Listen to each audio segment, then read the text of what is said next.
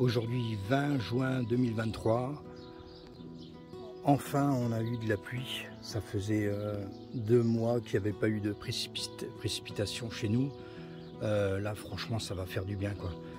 On a eu 2 jours de pluie, bon pas énorme, hein, on a eu quelques millimètres, mais c'est toujours bénéfique. Et en plus de ça, c'était des pluies orageuses. Donc une pluie orageuse, elle est vraiment, elle est super bénéfique pour le potager. Donc allez, on fait un petit tour et puis voilà, on va se promener un petit peu dans le potager.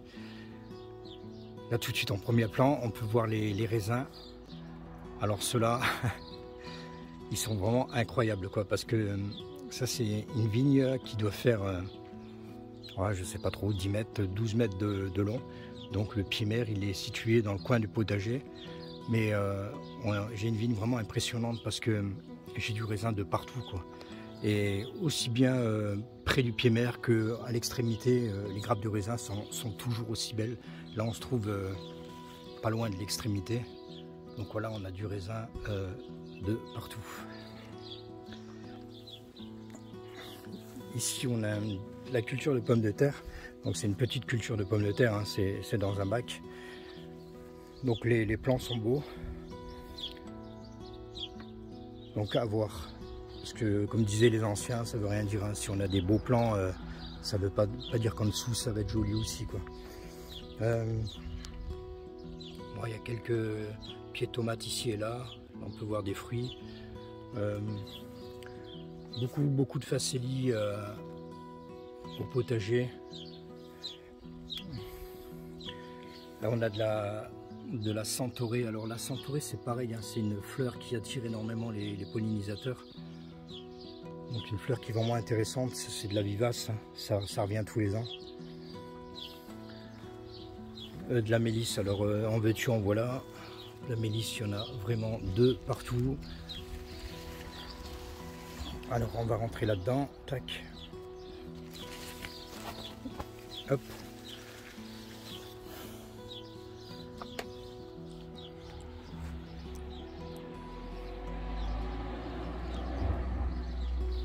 Ouais, la pluie, elle a fait vraiment du bien, quoi.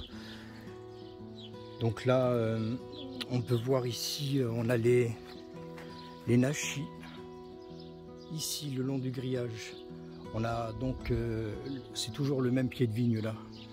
Voilà, qui file là-bas jusqu'à l'antenne. Donc voilà, on a du nachi, on a ici des mûres. Elles sont vraiment cachées dans la vigne là, mais bon, il y a des mûres. Ah, si, ouais, on peut voir des fleurs là. Donc le raisin, comme je te l'ai dit, les nachis. Là, on a de la muroise.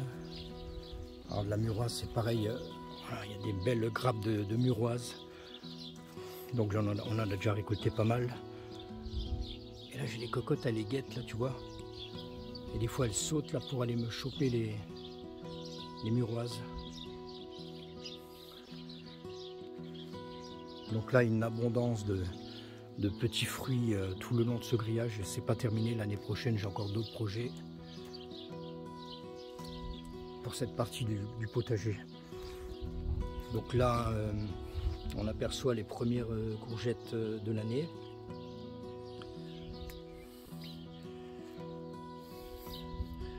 Donc là, il doit y avoir 4-5 pieds comme ça. Regarde là, comme je te disais, ici on se trouve à l'extrémité. Regarde les belles grappes.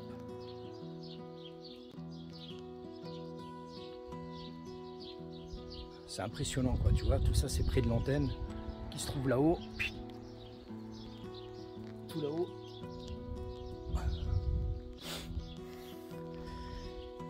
Ouais, ça pousse pas mal du tout.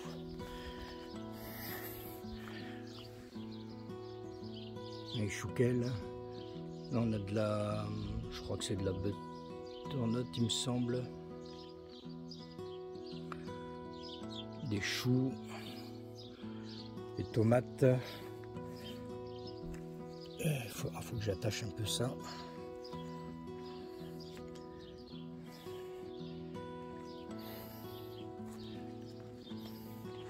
Là, tout le long il y a des poireaux d'été.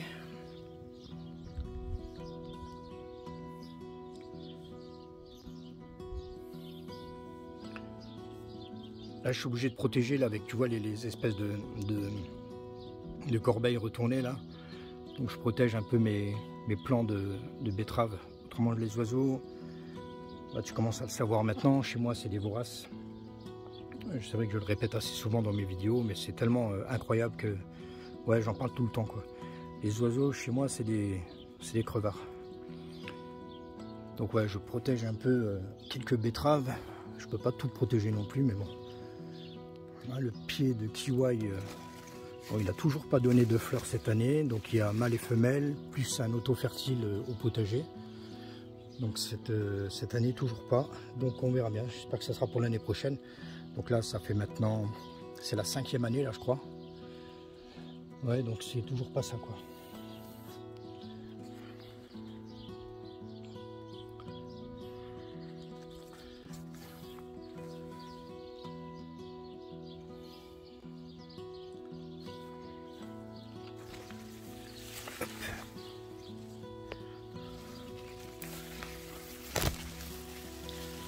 Alors les choux sont magnifiques dans le compost.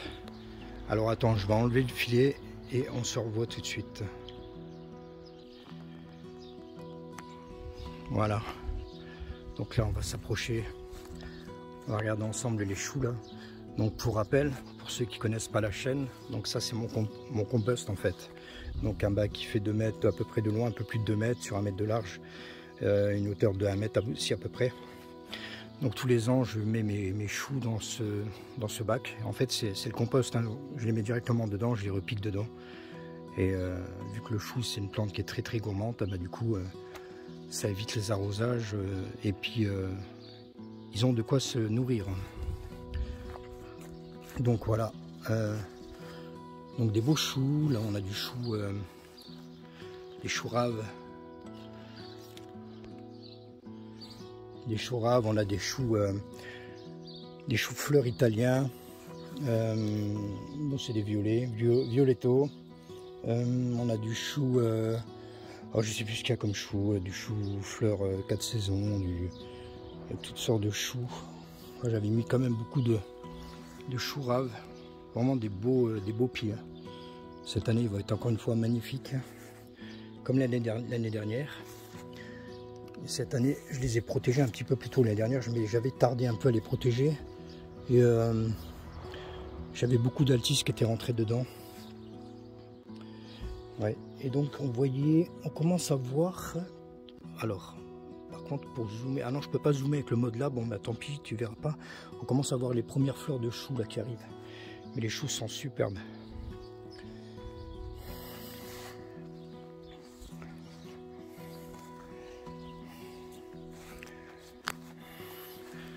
On a là des ours là, donc j'ai fait des piquets pour les repérer parce que là, toute la zone là, ben, j'ai rien d'autre. Ben, il y a le liseron qui prend le dessus, donc on voit le petit panneau là qui envahit.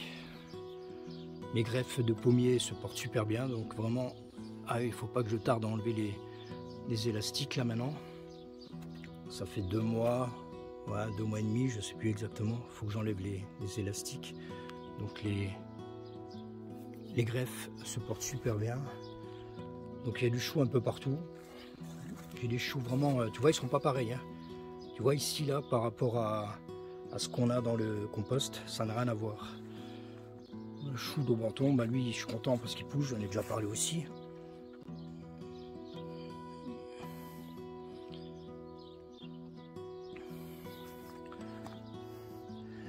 Donc là, un itinéraire de radis, là, c'est des radis qui sont montés à fleurs. Donc on n'a pas eu d'eau, donc c'était très compliqué d'avoir les radis, à moins d'arroser tous les jours. Mais bon, voilà, c'est pas le but de ce jardin. Je n'ai pas envie d'arroser tous les jours. Donc je voulais les enlever. Puis après réflexion, on s'aperçoit quoi? Que sur les radis, là, il y a plein d'altises. Donc en attendant, ils sont ici. Ils sont pas sur mes choux là, tu vois. Là, il n'y a aucun altise. Donc si j'enlève mes radis, qu'est-ce qui va se passer? Tous les altises ils vont se diriger sur les choux. Donc ce que je fais, c'est pour ça que c'est important de toujours observer avant d'agir, réfléchir avant d'agir au potager. Donc là, j'ai fait des petites clairières comme ça pour venir mettre des des nouveaux plants de courgettes, ici là et ici là. Donc voilà, ça fait des petites clairières. J'ai seulement enlevé quelques radis, fait une petite clairière et j'ai mis en place mes seconds. Donc ça sera pour une prochaine récolte, hein, ça sera pour des récoltes un petit peu plus tardives. Et oui, effectivement, la courgette, c'est un légume qui se sème plusieurs fois dans l'année. Encore un voisin me demandait l'autre jour comment ça se faisait que j'avais seulement semé des courgettes parce qu'il avait vu mes semis. Et puis je lui ai dit ben non, que j'en avais déjà en fructification au potager, et puis que cela c'est pour pour les prochaines récoltes. Donc c'est bien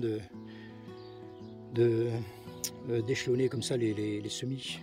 Donc voilà, petite clairière pour les courgettes. Là encore un autre sous la pyramide, là encore un autre un pommier pardon, qui est greffé.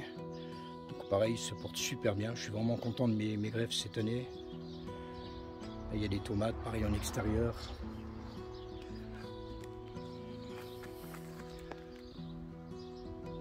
Un jardin très sauvage, hein, très sauvage, c'est vraiment ce que je recherche. Les carottes,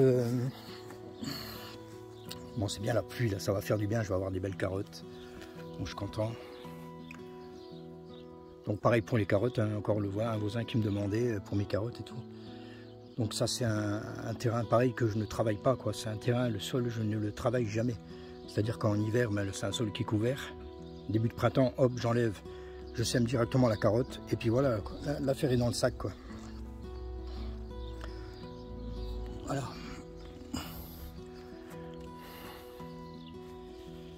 Allez, on repart par là.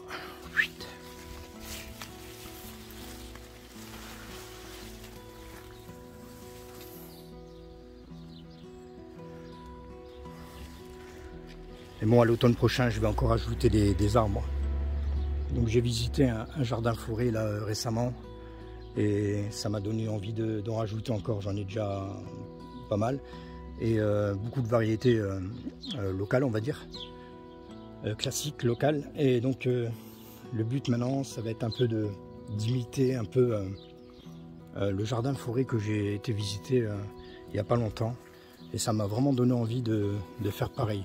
Sauf que moi, je vais quand même garder beaucoup parce que lui, il n'avait pas beaucoup de légumes dans son jardin. Moi, je vais quand même garder cet esprit-là avec beaucoup de légumes. Donc voilà, j'ai encore de la place pour mettre des arbres l'année prochaine. Donc là, un petit bac de culture en lasagne. Donc voilà, la culture en lasagne, c'est pareil, hein, ça c'est un truc à savoir. Si vous faites une culture en lasagne en bac, donc le truc à savoir, c'est qu'il vaut mieux éviter de travailler avec des plantes qui ne grandissent pas vite, quoi. Travailler plutôt avec des plantes qui grandissent très vite, telle la tomate. Tomate, c'est une plante qui a une croissance très rapide.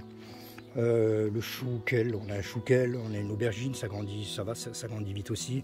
Une autre tomate, ici on a des concombres. Concombres, ça grandit très vite. Alors pourquoi je dis ça? Donc là, je parle vraiment c'est spécifique à la culture en bac, hein, la culture en lasagne en bac. Après, pourquoi? Parce que le sol a tendance à s'affaisser. Donc si vous mettez des plantes qui ont une croissance très lente, comme la laitue par exemple, donc pour aller chercher de la lumière, ça va être compliqué pour elle, quoi. Donc pourquoi? Parce que ça s'affaisse. Là, ça s'est affaissé. Moi, la culture là, elle doit avoir maintenant 3 semaines à moi. Ça s'est affaissé de, on va dire, une bonne trentaine de centimètres. J'ai rajouté un peu de matière là hier, histoire de compléter un peu le truc, mais c'était bien descendu d'une bonne trentaine de centimètres. Donc voilà, les petites plantes à éviter, les plantes qui grandissent pas vite à éviter. Par contre, sur une culture en lasagne, au niveau du sol, il n'y a pas de problème, tu peux mettre ce que tu veux. Enfin, ce que tu veux, non, il y a des limites quand même, telles les carottes, les légumes racines, c'est un peu compliqué.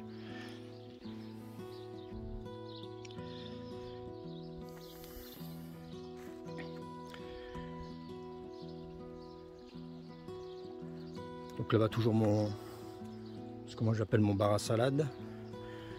Donc très pratique pour ce que je vous disais tout à l'heure, les oiseaux là. Donc voilà, on arrive à récolter des laitues, on les remplace, on en consomme, on les remplace. Donc c'est top, là-dedans je vais avoir une bonne vingtaine de laitues. Donc Bon, ils ont eu très chaud là quand même, parce que comme je te l'ai dit, on n'a pas eu d'eau pendant ouais, un peu plus de 2 mois. Donc il y a quelques plants qui sont montés, certaines variétés qui sont montées. Donc voilà, il vaut mieux maintenant travailler avec des laitues de saison, quoi. Des laitues qui résistent à la chaleur. Ouais, figuier, on commence à voir les petites figues qui arrivent tout doucement. C'est top. Donc voilà, on a sur la partie là, on a figuier, on a, bon là-bas il y a la vigne. Là on a pareil, ça c'est des colonnaires, on a c'est des quetch. Pareil, c'est des arbres qui vont pas grandir plus que ça, donc j'aurai des fruits à hauteur. Donc là on peut voir des fruits. Donc des framboisiers plus bas. On a quand même des légumes, tu vois, là il y a encore des tomates, là il y a du tournesol, là il y a des framboises. Et puis voilà quoi, on va en rajouter quand même d'ici quelques années.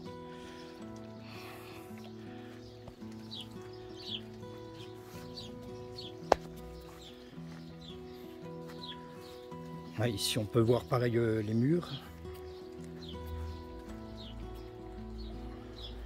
Les murs, pareil, il y a murs, il y a vignes, il y a pommiers. Donc c'est des jeunes pommiers, hein. Ils avaient des pommes au départ, mais il a fait tellement chaud qu'il a rejeté toutes ses pommes. C'est tout à fait normal. C'est la première année qu'il est en place, celui-là. Donc voilà, sur cette zone-là, il y aura des pommes, il y aura des mûres, il y aura du raisin, il y aura... là, il y a encore des légumes. Là, on voit, il y a du chouquel. Voilà, il va y avoir plein de choses sur cette petite partie-là. J'ai rajouté des nouvelles variétés de vignes aussi. Là, pareil, on a rajouté des vignes. Mais ça, cette fois-ci, c'est des vignes en pot. Donc voilà, on va avoir des fruits là aussi, tip top. On a des belles grappes là qui viennent.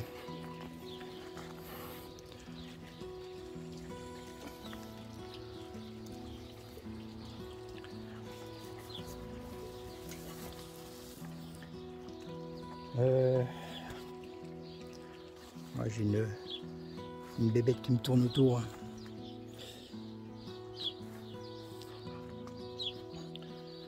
Les petits fruitiers là le long de la maison, pareil, ça se porte bien. On avait eu un début de maladie là sur les cassis, donc on a laissé faire. On voulait à un moment donné, parce qu'on avait beaucoup de pucerons, on voulait traiter, et finalement non, on n'a rien fait, on a laissé faire. Et finalement voilà, comment dire, les pucerons sont partis, les larves de coccinelle ont commencé à faire leur taf. Et puis voilà quoi, bon, il faut avoir un peu de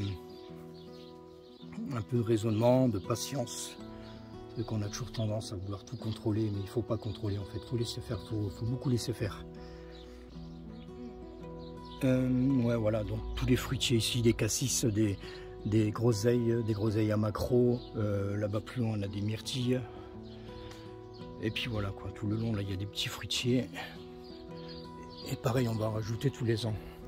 Là pareil, un autre pommier pardon qui... Pareil, il y avait des pommes, mais comme il a fait très chaud, il a tout rejeté. Et là, dans quelques années, ça va être le top. Là, pareil, ici, au coin de la serre, qu'on va aller visiter là maintenant d'ailleurs. Là, pareil, il a eu du mal à démarrer. Mais ça y est, c'est parti. Pas de fruits, mais c'est pas grave.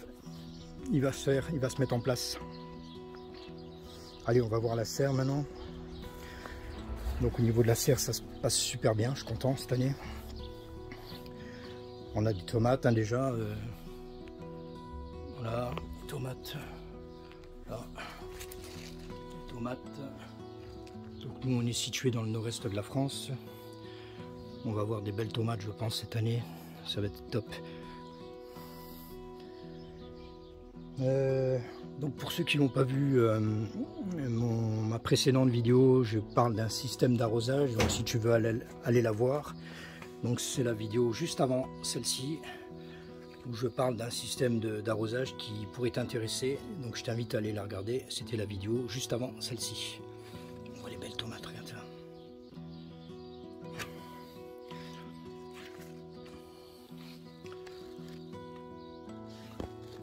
Ouais, cette année ça va être top. Ça va être une belle année à tomates. Très content. Donc là les laitues dans la serre, c'est bon, j'arrête d'en mettre là pour l'instant. Parce qu'il va faire trop chaud et les tomates vont prendre de plus en plus de place. Mais je vais quand même mettre d'autres choses à la place. Je vais mettre des betteraves, j'ai mis des petites betteraves en place. Il y a encore des radis. Là, on voit les premiers poivrons qui arrivent. Là, c'est du poivron Oda. Là, c'est une autre variété de poivrons. Je ne me rappelle plus du nom. À cet endroit-là, hier ou avant-hier, on avait une grenouille là, qui arrivait dans la serre. J'essaye de t'incruster une photo. Là, il y avait une grenouille, là, une belle grenouille verte. C'est des laitues, là, je vais la laisser monter. Donc variété qui résiste très très bien, mais je vais la laisser monter parce que du coup, je me souviens pas ce que c'est. J'ai plus de graines et ça m'embête. Donc je vais la laisser monter, récupérer les graines pour l'année prochaine. Mais j'ai pas le nom. J'ai pas le nom de cette variété, ça m'embête. Enfin, c'est pas grave. Donc voilà, les tomates, ça va être le top cette année. Et je vois que ça prend du volume là, c'est incroyable. Tout ça, c'est en harmonie, en plus c'est top. C'est top, c'est top.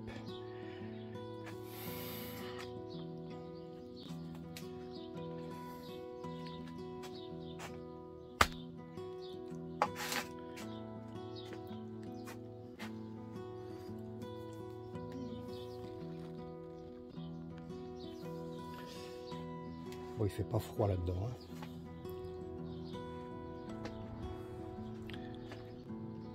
Ah, par contre les framboises, bah ouais, c'est une cata. Hein.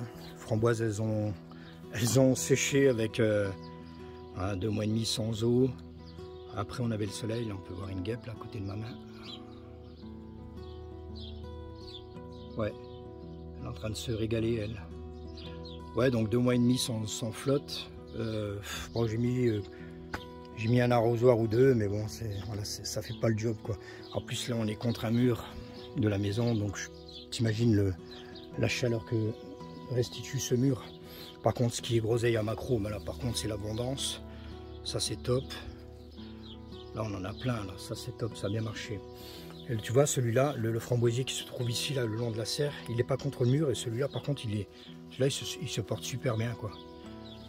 Tu vois comme quoi l'exposition des plantes a une énorme importance. Donc là on optimise de la place, pareil on se trouve derrière la serre. Là on a des oh, je sais plus ce que j'ai mis, c'est des courges. Par contre je sais plus ce que c'est de la courge. Toc toc, c'est ça me revient pas. C'est des grosses massues, j'ai plus le nom. Albenga, voilà, ça c'est de la albenga.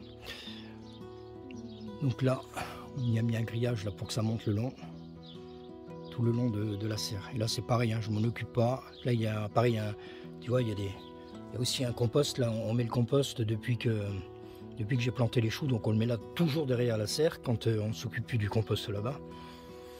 Et donc voilà, les courges se portent super bien là-dedans. Ceux-là sont dans le compost là-bas, derrière c'est dans un pot.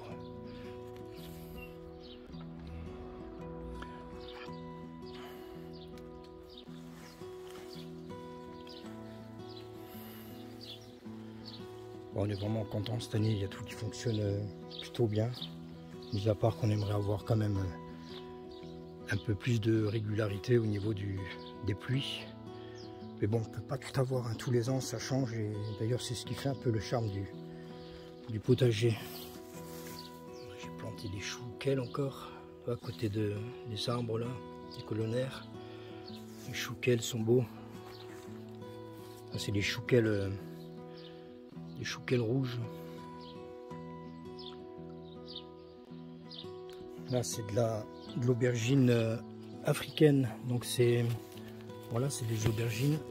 Hop, ça fait des toutes petites aubergines comme ça qui peuvent atteindre, c'est tout petit, hein. Ça peut atteindre 5 cm, 6 cm de diamètre, mais c'est vraiment de la toute petite aubergine, donc c'est de l'aubergine africaine. Voilà, c'est mignon. Bon, on voit quand même un culture en lasagne, franchement c'est top quoi. Ça pousse très fort quoi, très fort. en plus, si vous démarrez bien votre culture en lasagne, si vous faites exactement comme on doit le faire, honnêtement, vous en occupez quasiment jamais, quoi. Enfin, vous en occupez pas, à part que moi j'ai rajouté un petit peu de matière. Voilà, quoi. Tu vois le feuillage des concombres là, il est magnifique, il est tout vert, il est tout beau. Tu vois que le plant il a ce qu'il faut, quoi. Comme les tomates, comme les aubergines, comme les choux. Pareil dans la mini-serre. Et cocotte. Dans la mini-serre, c'est pareil, j'ai un bac autonome. Je regarde, j'ai vu.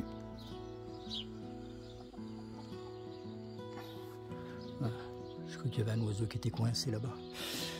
Ouais, qu'est-ce que je voulais dire? Ouais, la mini-serre. Ah, regarde, on voit bien les figues là qui arrivent.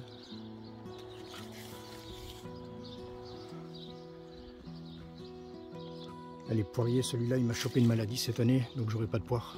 Je sais pas ce qu'il y a eu. Il m'a chopé une espèce de clope comme ça. D'habitude, tous les ans, il est blindé. Cette année, on n'aura pas une seule poire, il n'y a pas un fruit. Tous les fruits qu'il y avait sont tombés.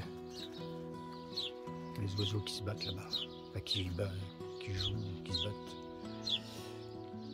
Ouais, ce poirier-là, par contre, lui, il va me donner quelques fruits. C'est la première année qu'il va me donner des fruits, celui-là. C'est un jeune poirier. Alors, il y aura quelques poires, il n'y aura pas énorme. Donc, voilà. Ici, là. Là-bas. Hé, Coco. Bon, allez, on va aller voir. Donc, je vais te parler de ce bac autonome. Ah, pareil, ça c'est un bac, je m'occupe pas. Donc, je t'en ai parlé, pareil, dans les anciennes vidéos. Il y a un bac de flotte de 100 litres, donc avec une petite pompe d'aquarium, un système d'irrigation avec une programmation journalière.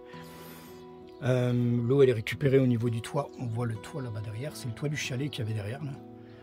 Donc en fait, tout ça, c'est un système complètement autonome. Qui marche, sauf s'il n'y a pas d'électricité. Si on a une coupure, bah, du coup ça ne marchera pas. Mais voilà quoi, on peut appeler ça quand même un système autonome. Donc, alors là-dedans, c'est la jungle. C'est la jungle et je suis vraiment content.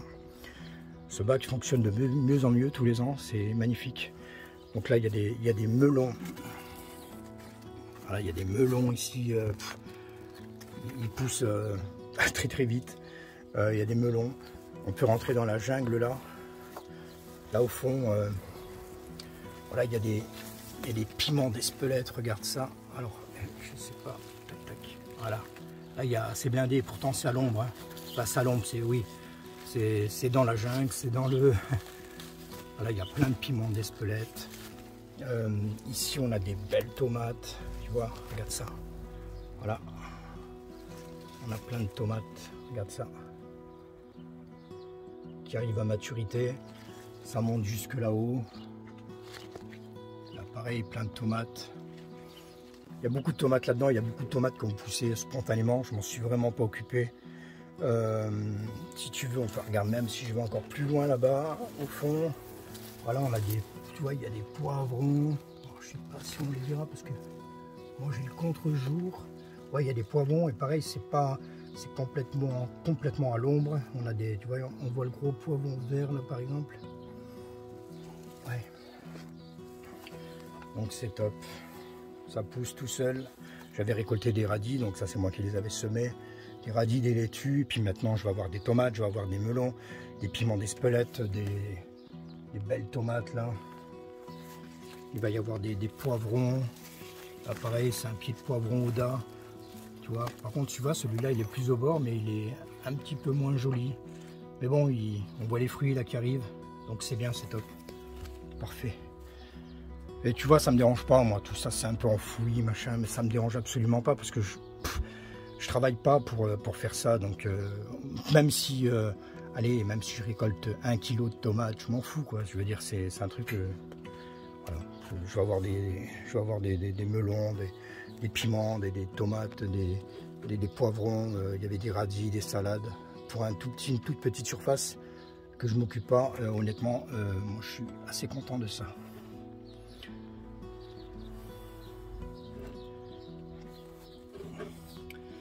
Hop là.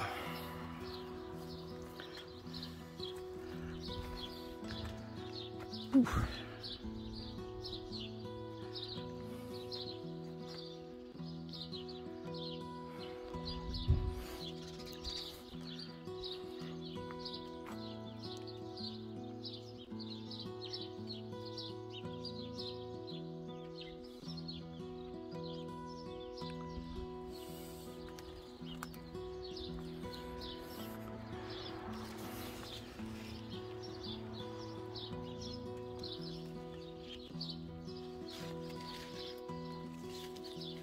Tu vois vraiment tout le long, là, tout le long, tu vois, comme je te disais, il y a de la muroise, il y a du raisin. Là, c'est top, j'en ai vraiment tout le long, quoi. Magnifique. Et on voit vraiment hein, que la vigne elle se dirige vraiment vers l'antenne. Donc là, on a eu un peu de vent cette nuit, celle-là, elle n'est pas encore accrochée.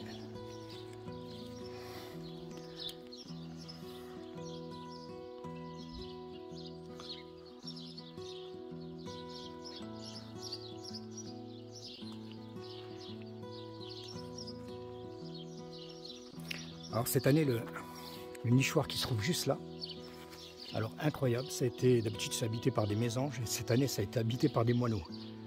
Ça j'ai jamais vu quoi, des moineaux qui allaient dans les nichoirs. Ouais. Et cocotte.